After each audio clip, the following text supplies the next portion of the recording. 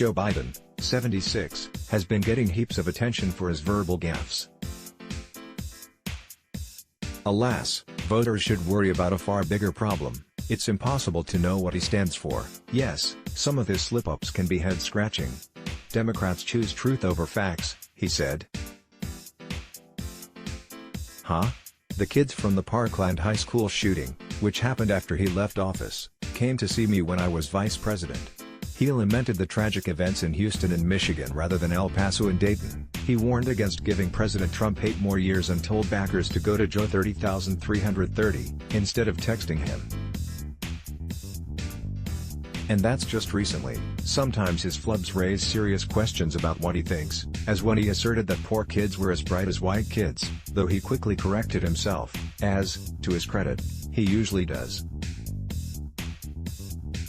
His advisors insist it's not his age but just Joe being Joe.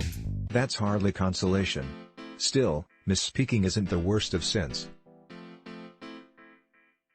The bigger trouble is that, even when he's not mangling words, it can be hard to tell his true position, not just because he's inarticulate but because some of what he says is just plain bizarre, and because he's flip-flopped so furiously under pressure from his Democratic foes. Initially, for instance, he insisted America is in competition with China. Yet in May, he discounted Beijing as a serious rival and blasted its critics. China is going to eat our lunch? Come on, man.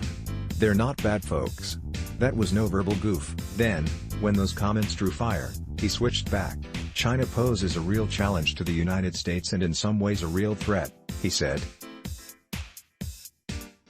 For decades, he backed the Hyde Amendment, which bars public funding for abortions.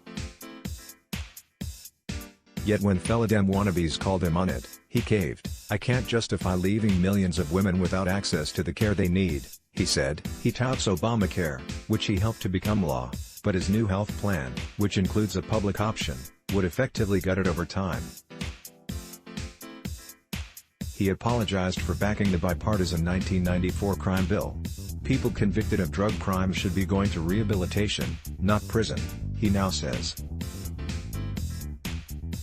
Democratic voters can rightly worry that he may switch back on his new positions or even stake out new ones if he gets the Democratic nomination or becomes president. Moderates or those on the right who like the old Joe's views better, might fear that he won't.